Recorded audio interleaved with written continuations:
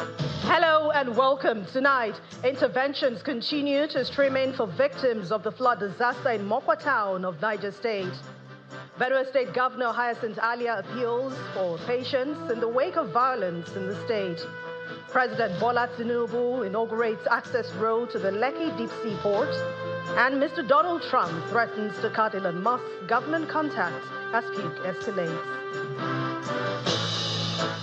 In On Business, International Energy Agency projects global energy investment to hit a record $3.3 trillion in 2025. On sports, Coco Golf brings a quick end to Lua Boisson's improbable run at Roland Garros to set up a final against the world number 1, Arina Sabalenka. And from the nation's capital, Chief of Army Staff, Lieutenant General Olufemi Oluyede, declares full support for the early voting bill by the Senate, especially for military and security personnel deployed during the elections.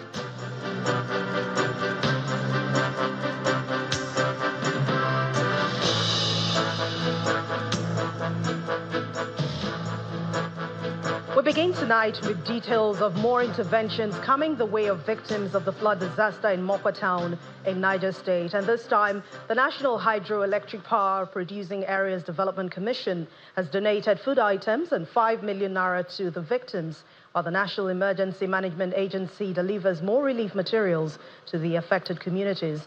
Our correspondent Empress Simon reports. Since the flood disaster in Mokwa town in Niger State, federal and state government agencies have been on ground working to provide immediate relief. The state government has profiled over 1,500 people who are now taking shelter in the temporary camp provided in the area. We still have 1,500 plus displaced persons. We're still taking inventories of persons that lost items. The assessment of number of properties and damages that we are doing is still ongoing currently. So that is where we are. Camps have been set up for those that were displaced, and caring for them, and supplies of basic needs is currently ongoing. With the support of international partners such as the United Nations Children's Emergency Fund, UNICEF, whose officials are on ground providing medical care to the victims, the government agencies are also putting in place measures to prevent any outbreak of diseases. People are working with all the agencies that are concerned to cordon off the place, ensure that the place is properly fumigated, and necessary steps are taken to ensure that there are no fallouts, negative fallouts, from this. People also have, because the water they drink may have been affected, other things that they consume. So we are concerned about all of that, and our COMO, that is the Community Orientation and Mobilization Officers, are working with the local government people also to ensure that safety first. The National Hydroelectric Power Producing Areas Development Commission, NIPADEC, is also making donations to the victims, comprising assorted food and other commodities. The items are received on behalf of the state government by the Niger State Commissioner for Environment and Climate Change, Mr. Yakubu Kolo, who promises to ensure prompt distribution to the affected persons. The Director of Operation has been mandated to carry out some census of needs of the farmers. On the interim, we have issued out power tillers to make cultivation a lot easier, and farm inputs like fertilizers and all the necessary input that is required for a bumper harvest. We are trying to do this to address shortage of food. Over 4,500 people were affected by the flood in Mokwa, who are now depending on kind gestures of individuals and the government for their survival. From Mokwa in Niger State, Emperor Simon, Channels Television News. And for victims of the recent crisis in Karim Lamido local government area of Taraba State, they are asking the government to intensify efforts to ensure justice prevails. Over 40 lives were lost during the attack in that community, and residents are saying the attack poses a threat to lives. Governor Abukefas of Taraba State has convened this meeting to announce measures his administration is taking to restore peace in Mungalelao community of Karim Lamido local government area of the state, where 40 people died after the latest attack. Part of the measures being taken include the establishment of the Karim Lamido Peace and Justice Commission to investigate the root causes of the conflict, promote peace and justice, as well as identify and bring to justice sponsors or instigators of the crisis. I'm also directing an enhanced security operations in the area. So all the troops that are there, they will still remain in situ and continue to do their duty, even more than before. And it's going to include a joint patrol, an intelligent network to prevent further unrest,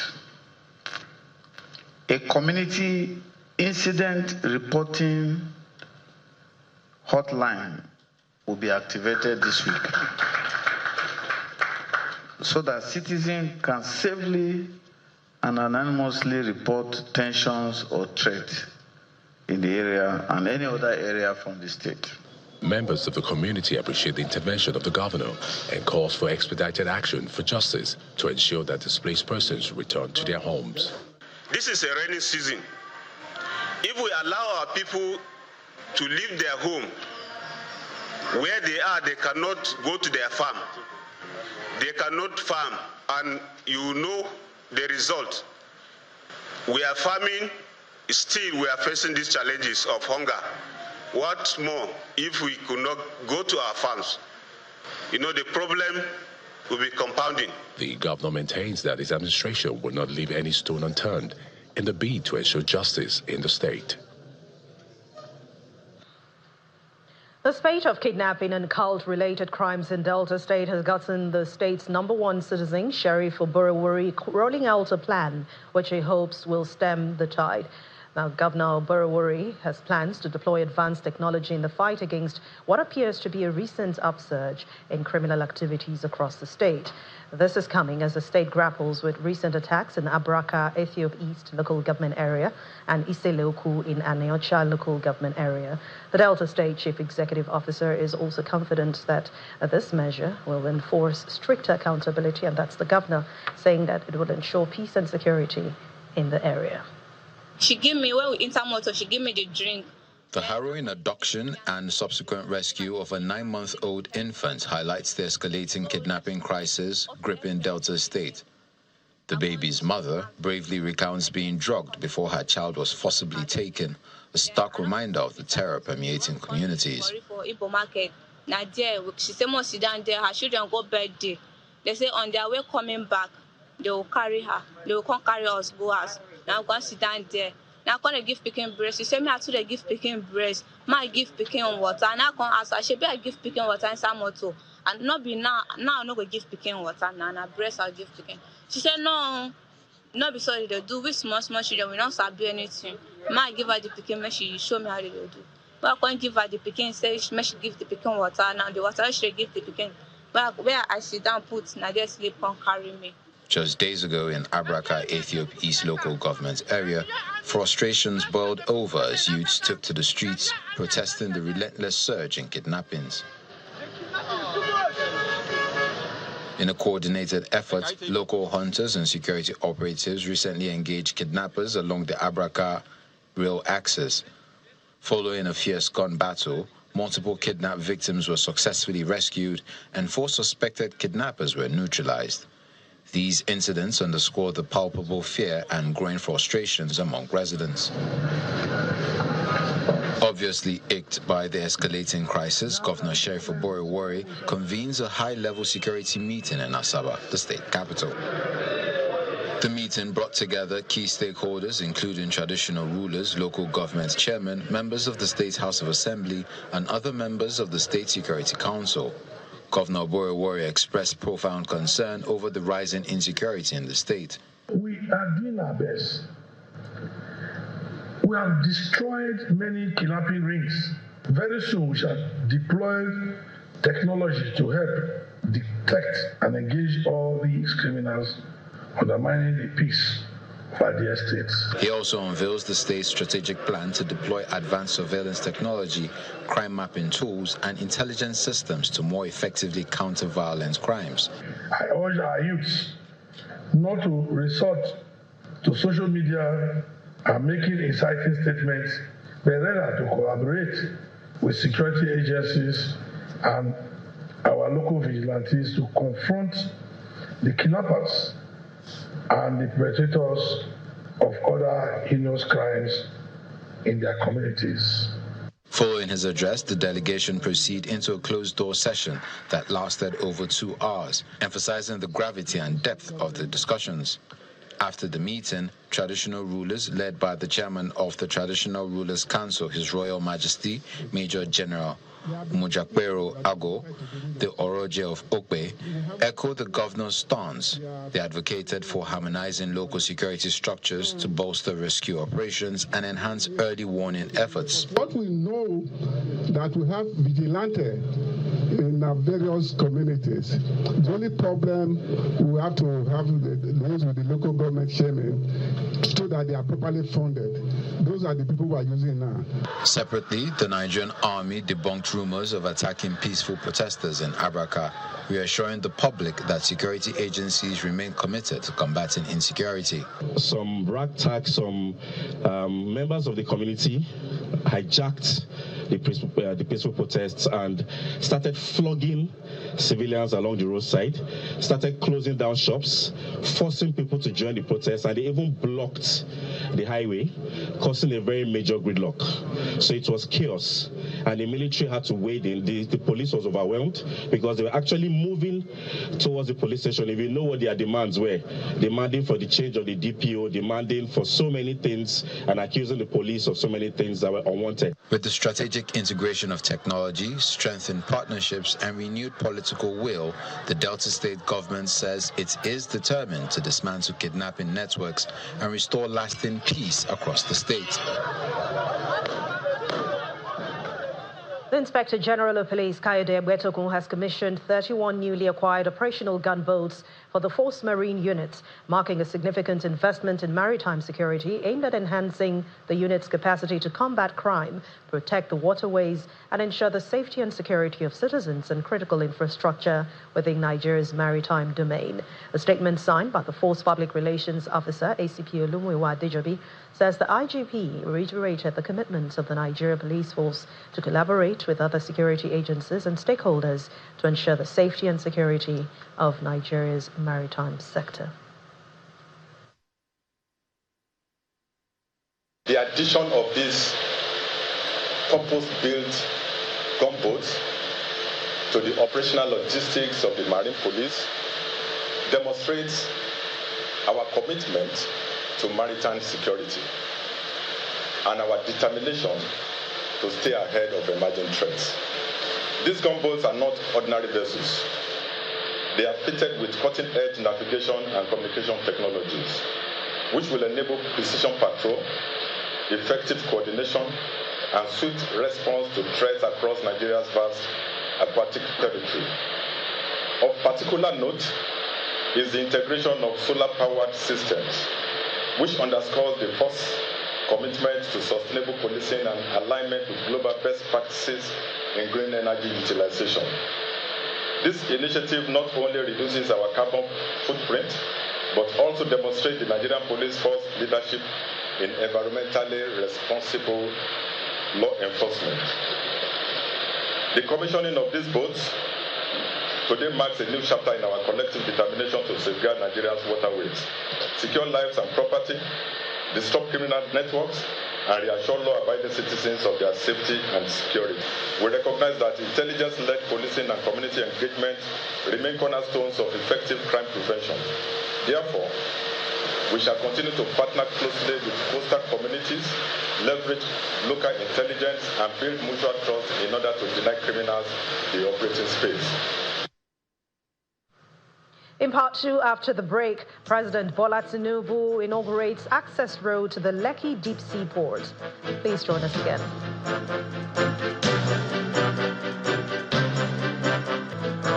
Welcome back. If you've just joined us, you're watching the news at 10 on Channels Television, broadcasting live from Lagos. A reminder of our main stories. Interventions continue to stream in for victims of the flood disaster in Makwa town of Niger State. Benue State Governor Hyacinth Alia appeals for patience in the wake of violence in the state. President Bola Tinubu inaugurates access road to the Lekki Free Trade Zone. And Mr. Donald Trump threatens to cut Elon Musk's government's contracts and contact as feud escalates.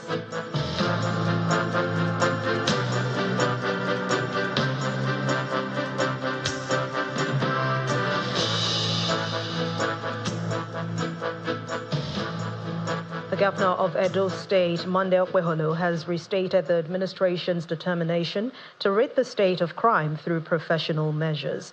Governor Okpeholo disclosed this through his deputy, Dennis Idahosa, who represented him at the passing out parade of over 1,400 members of the reorganized and restructured Edo State Security Corps, which was held on Thursday at the NYSC orientation camp in Okada, Ovia Northeast local government area of Edo State, following a 2-week rigorous training exercise. The governor also emphasizes that the Edo State Security Corps was reorganized to correct the politicization and work and lack of professionalism that plagued the former corps and ensure a smooth collaboration with other security agencies to fight crime.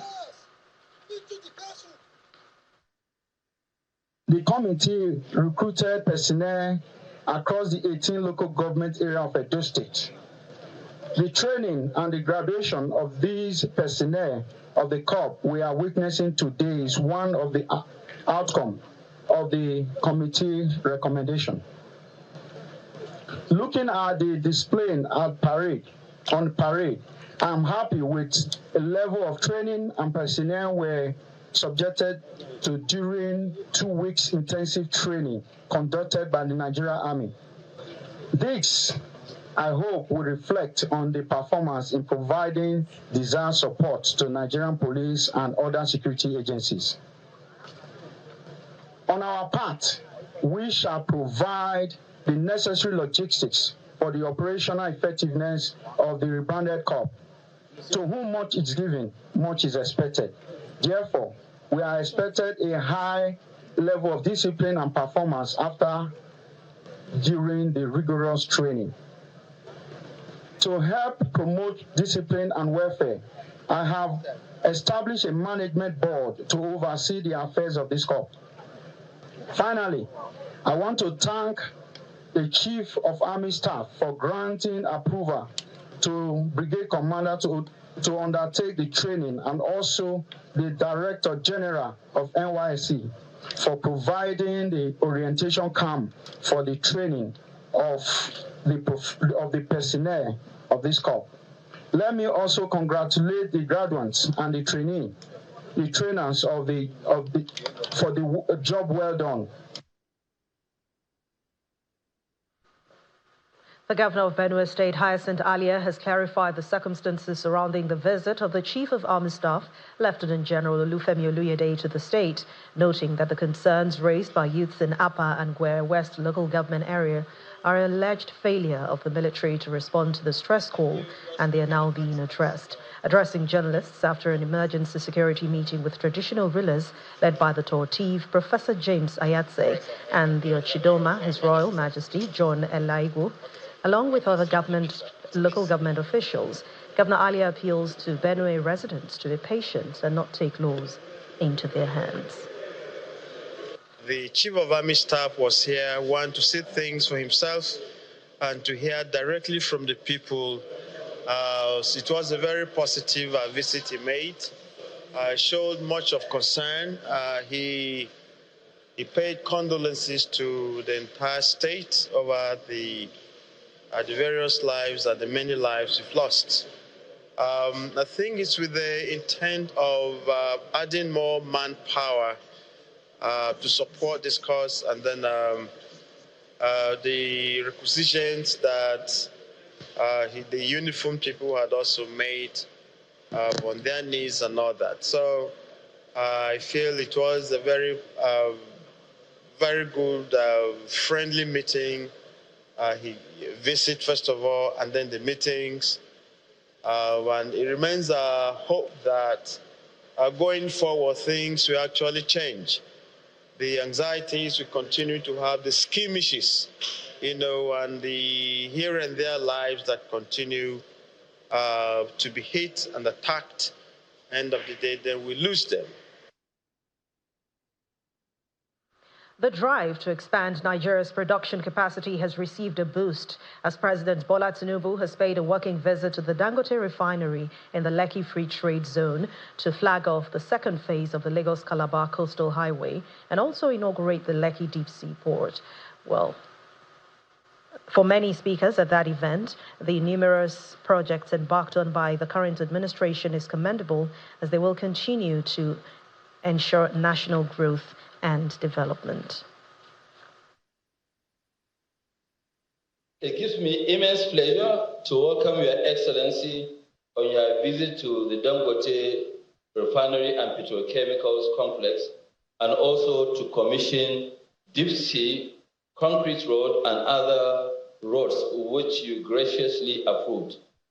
I must emphasize that the Dangote Petroleum Refinery Complex is in many ways your brainchild.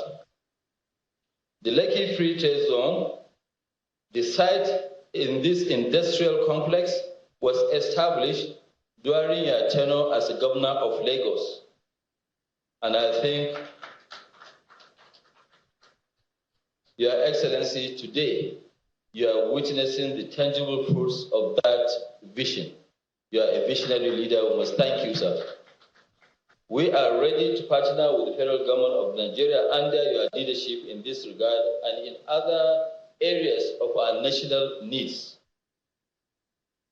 Your Excellency. And at the inauguration of that free trade zone, the Minister of Works, David Umahi, gave an update on the various road projects embarked on by President Tinubu and their economic benefits for Nigerians and Africans. Today, I present to you the completed 27-kilometer by 2 reinforced concrete access road, deep sea port access road. This road is very important that we serve the port, deep sea port, so that all the challenges we have with Apapa port will be a thing of the past using this place. Today, Your Excellency, I present to you about 6 projects completed in northern part of Nigeria. I present to you the 38-kilometer of Yakasi to Zali in Kano State, done by CCECC. I present to you, Your Excellency, the Kwana to Hadija, 82-kilometer, completed in Kano State and Jigawa State, done by CCECC.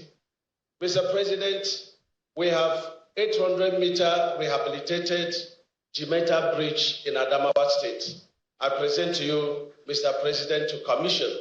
I present to you 4 span. And as for the president, he used the occasion to reiterate his administration's commitment to ensuring the completion of all legacy projects, commending the private sector for their partnership in the realization of projects. Distinguished ladies and gentlemen, I'm delighted to be here today to commission another landmark project, the Lekki Deep Sea Port, access road and the bridges, while also flagging off some of the sections of the Sokoto-Badagry Super Highway and Lagos-Calabar Coastal Highway. A few days ago,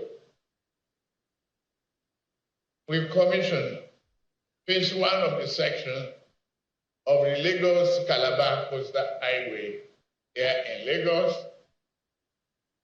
It's part of our transformational action necessary since we got into the office. I listened to you, David. Why? The working. I like the remark of the Minister for Blue Economy. Then they will always support your rescoping nationwide. Where we are seeing the result of rescoping. We are not in pain. We are enjoying. We truly retune and re-engineer our finances to find more money for infrastructure, which is the backbone of any industrialization and economic development and job creation of any nation. We will do it.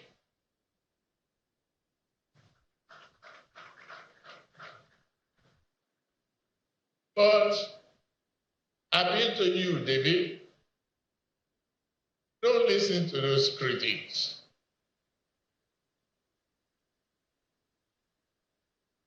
They don't know what they're talking about.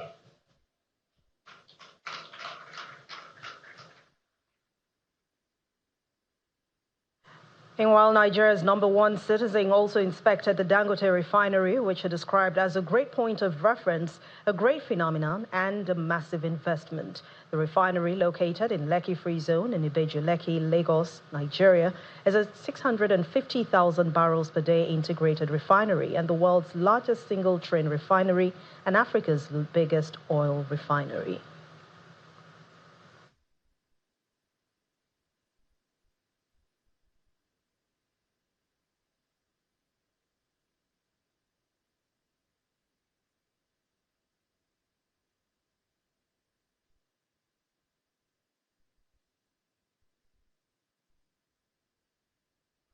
Still ahead on the news at 10, we have more stories from the world of business. Please join us again. Welcome back. We have more stories for you on the news at 10. Let's head over to Abuja Studios now, where Terry Kumi is standing by. Hello, Terry.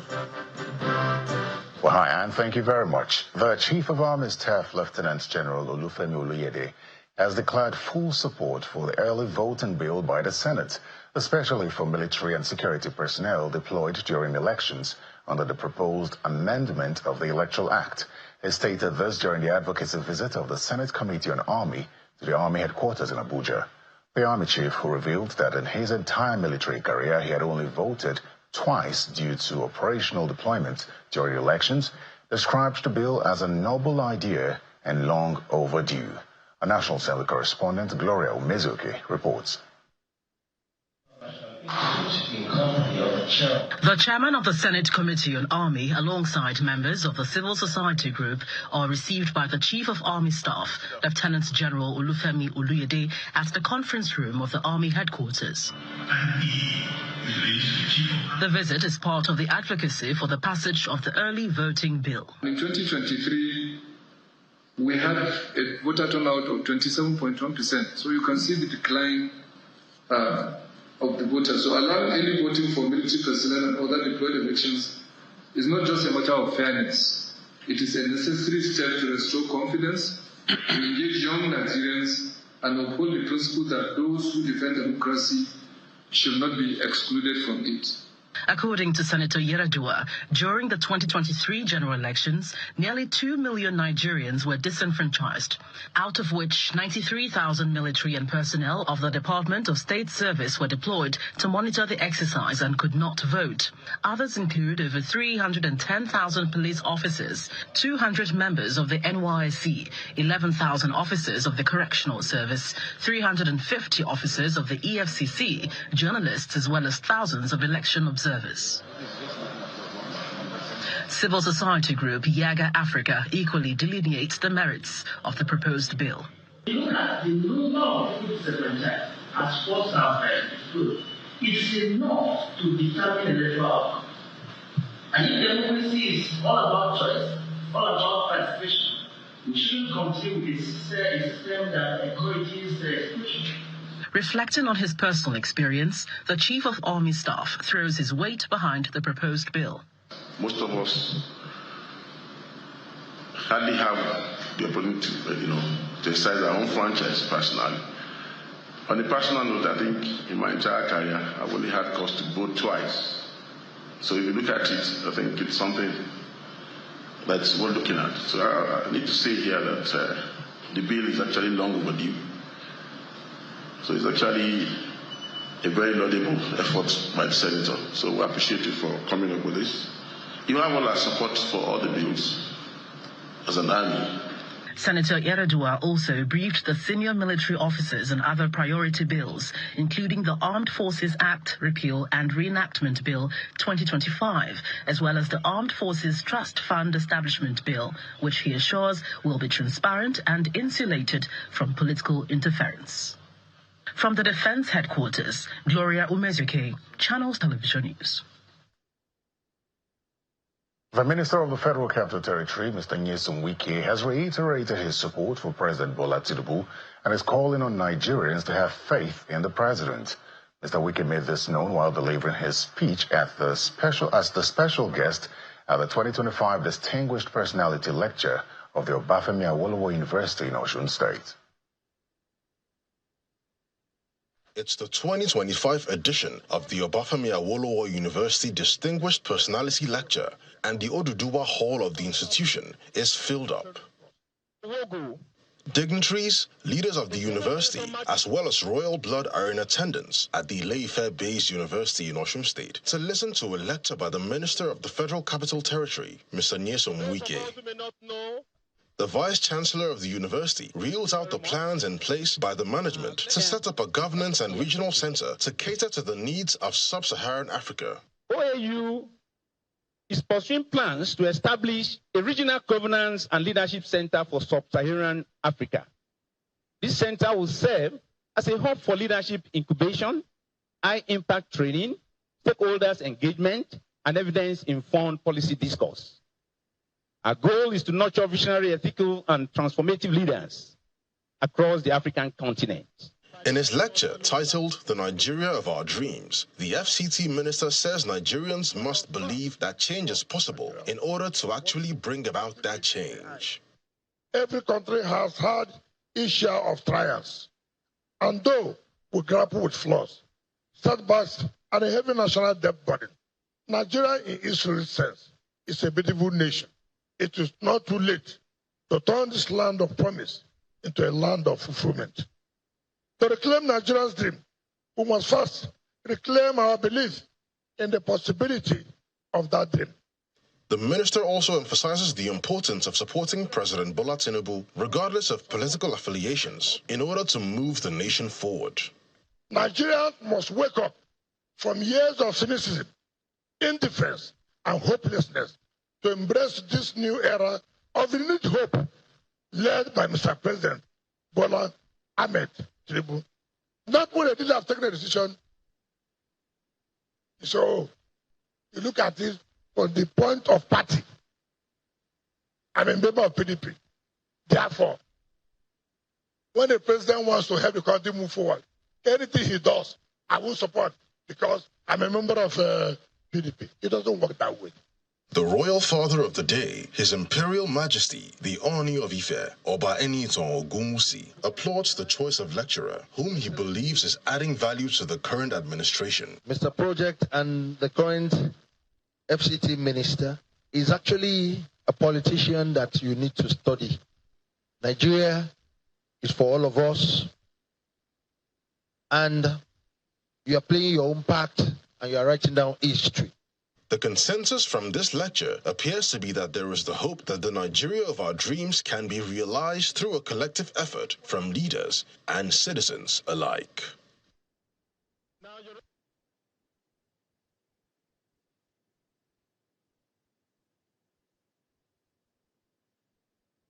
Capital, the rest of the news continues in Lagos with Anne.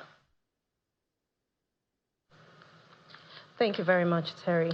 And to other stories, Vice President Kashim Shettima is reiterating the commitment of the President Bola Tinubu to redefining the medical landscape of Nigeria by creating an enabling environment for private investment to thrive. Speaking at the official launch of the African Medical Center of Excellence in Abuja, developed by Afreximbank in partnership with King's College Hospital in London, the Vice President acknowledged that the center could not have come at a better time considering several ongoing health sector reforms. He also says the medical center will not only transform the continent's healthcare landscape by reducing dependency on outbound medical tourism, it is also a strategic way of reviewing the trust and renewing it in the healthcare system in Nigeria. Vice President Kashim Shettima, flanked by the Secretary to the Government of the Federation, Senator George Akume, and the President of Afreximbank, Professor Benedict Orama, are joined by former Vice President Namadi Sambo for the official launch of the Africa Medical Center of Excellence in Abuja. The historical event signifies the birth of a new chapter in healthcare delivery in Africa and is attended by ministers, governors, members of the diplomatic corps, the leadership of Afreximbank, and other invited dignitaries. The Vice President reiterates the commitment of the federal government in redefining the medical landscape. Through the renewed Hub Infrastructure Development Fund, we are investing in the roads, power, and connectivity that breathe life into health facilities. Because a world-class hospital cannot function on a dirt road, and no MRI machine works without stable electricity. The centre is developed by Afreximbank in partnership with King's College Hospital, London, and the partners are excited about the project. For me personally, it is like moving from a valley of despair and hopelessness to a mountain peak of hope and optimism. I'm sure that you can now appreciate why our vision for the African Medical Center of Excellence is not just to provide top-notch healthcare, but also serve as a catalyst for the transformation of the African health sector.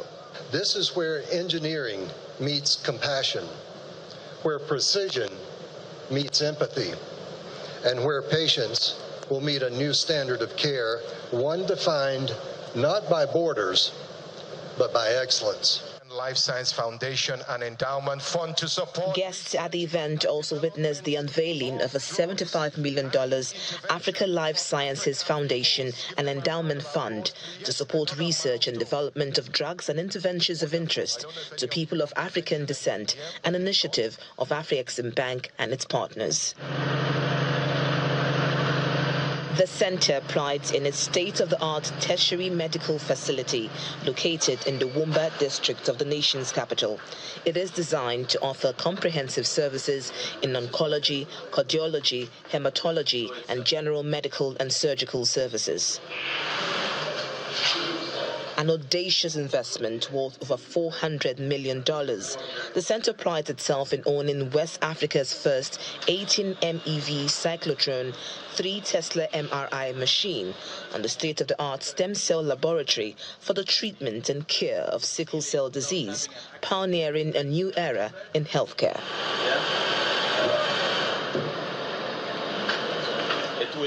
The centre also has 2 accelerators, brachytherapy, 256 slice CT scan, 3 catheterization labs, comprehensive laboratory capabilities, 20 chemotherapy chairs supported by a compounding pharmacy, amongst other features and facilities.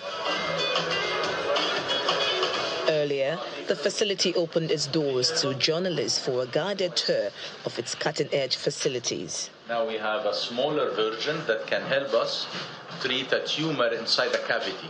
The centre hopes to revolutionize access to quality healthcare and serve as a hub for advanced medical training and research.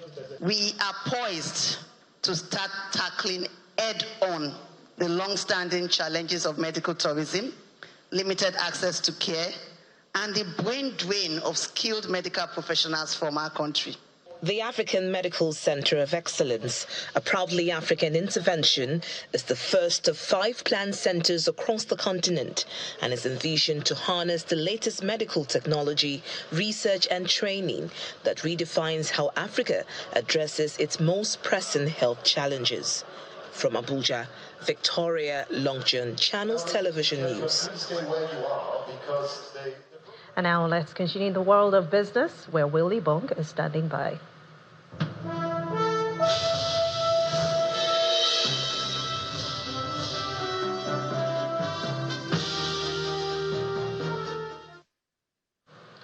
Thank you, Anne. Now, global energy investments is projected to reach a record $3.3 trillion in 2025, with clean energy taking the lead at $2.2 trillion, double that of fossil fuels, according to the International Energy Agency. Energy security is driving the surge, with most projects staying on course despite global uncertainty. Solar leads with $450 billion, while grid spending must rise to keep pace with growing electricity demand.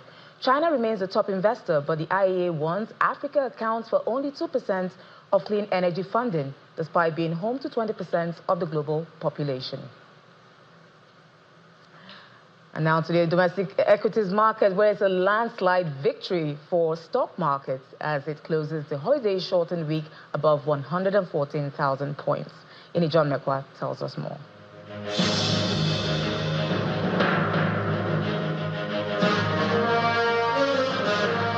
Good evening, everyone. Welcome to the stock market report. Well, I hear that the stock market these days is not moving on the fundamentals, but on the technicals. Well, we'll get to know a little bit about that more today. That positive trend, they took it to another level because the market gained over 1 trillion naira at the close of trade. So we're at 72.27 trillion naira. And here, as intraday, the all share went to 113,000. By the close of trade, it had gone up to 114,616.75. That's more than 1.5% added to the all share index. A major contributor to this is MTN Nigeria. Now, this is where the technicals come in. So we know that MTN Nigeria has been in talks with some competition, shared facilities, and it seems that is winning investor sentiment towards MTN. So we see it for the second or the third time this week. MTN Nigeria is moving the market almost 10% up to close at 319 naira 20 kobo. There are other contributors. That's why we look at the sectors. Banking, the figures, they are all up for today. 2.46%. Consumer goods also up. International breweries, NASCON, PZ, they're doing good. Oil and gas is not left behind. Aradel, O&O, after that impressive result that they had, we've seen investors just moving towards O&O. Japan Gold also brings us to this 2.36%. So it's a very loud bull that we hear at the close of the market in Nigeria.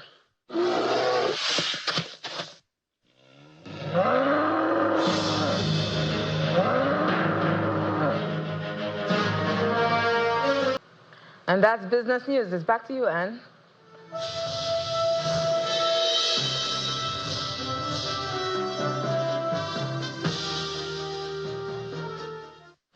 Thank you. Well, U.S. President Donald Trump has threatened to cut Elon Musk's government contracts as the feud between both escalate. Here's Simon Puser with more international news and around the world in 5. Good evening and welcome to the Channel's studios here in London with your international news around the world in 5. Donald Trump has signed a ban on travel to the US from 12 countries, citing national security risks. These, as well as Haiti, are all on the list. There are also 7 additional countries whose nations will face partial travel restrictions. In total, 10 African countries are affected. The US president said the list could be revised if material improvements were made and additional countries could be added as threats emerge around the world. This is the second time he has ordered a ban on travel from certain countries.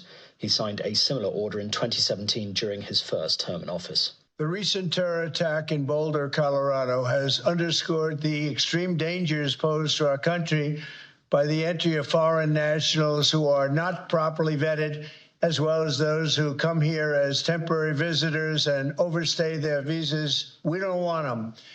In the 21st century, we've seen one terror attack after another carried out by foreign visa overstayers from dangerous places all over the world. And thanks to Biden's open door policies, Today, there are millions and millions of these illegals who should not be in our country. The president has broad authority over national security matters. The president has broad authority over immigration matters. But as we have seen in other contexts, whether it's Tren de Aragua and Venezuelan immigrants, there will still need to be some vetting of this on a constitutional level. And broad authority doesn't mean plenary, unchecked power. Meanwhile, Donald Trump has said Vladimir Putin told him he will have to respond to Ukraine's major drone attack on Russian air bases. Speaking after a phone call with the Russian president, Trump said President Putin did say, and very strongly, that he will have to respond to the recent attacks on the airfields. Moscow had earlier said that military options were on the table for its response. Israeli forces have recovered the bodies of 2 Israeli Americans taken hostage on the 7th of October in 2023. An IDF statement said Judy Weinstein Haggai, who was also a Canadian citizen, and her husband Gadi Haggai were murdered by gunmen from the Mujahideen Brigades group. Their bodies were found in the southern Khan Yunis area of Gaza overnight and brought back to Israel for forensic identification. There are now 56 hostages still being held by Hamas in Gaza, at least 20 of whom are believed to be alive.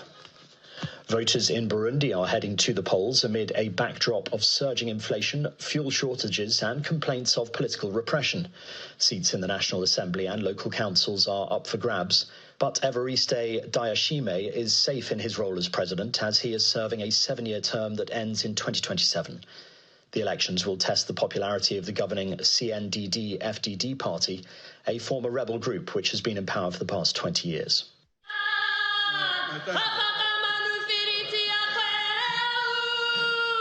New Zealand's parliament has voted to suspend 3 Maui MPs for their protest haka during a sitting last year.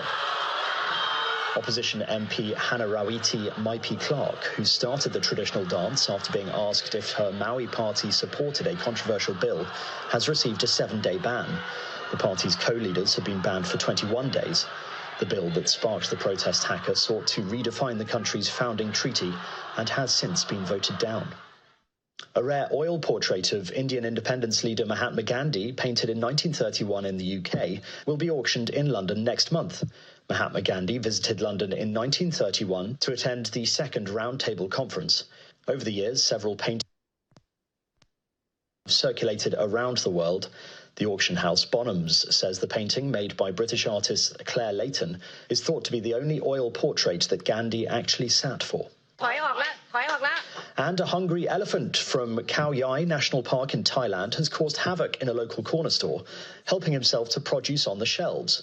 The elephant, named Plai Biang Lek, is known by locals for entering people's homes in search of food. He ventured about 1 kilometre from the park entrance gates to the store. Shopkeepers say Biang munched down 9 bags of sweet rice crackers, a sandwich and some bananas before they managed to usher him out. And that's your international news around the world in 5. Now back to the Channel's studios in Lagos.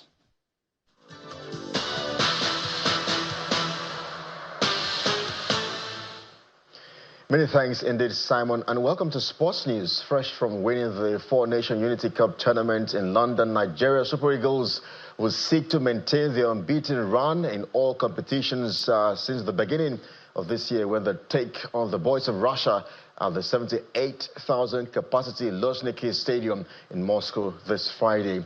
And it is the first official meeting for both countries at senior level, and though Russia have not played in any competitive games since February 2022, they have been busy playing friendly matches, the last one being a 5-0 thrashing of Zambia's Chipolopolo at the VTB Arena in Moscow on March 25. We will look out for the finals this Saturday. Coco Golf up against the world #1 Arena Sabalenka. That's sports. Sam Kelly is back to Anne.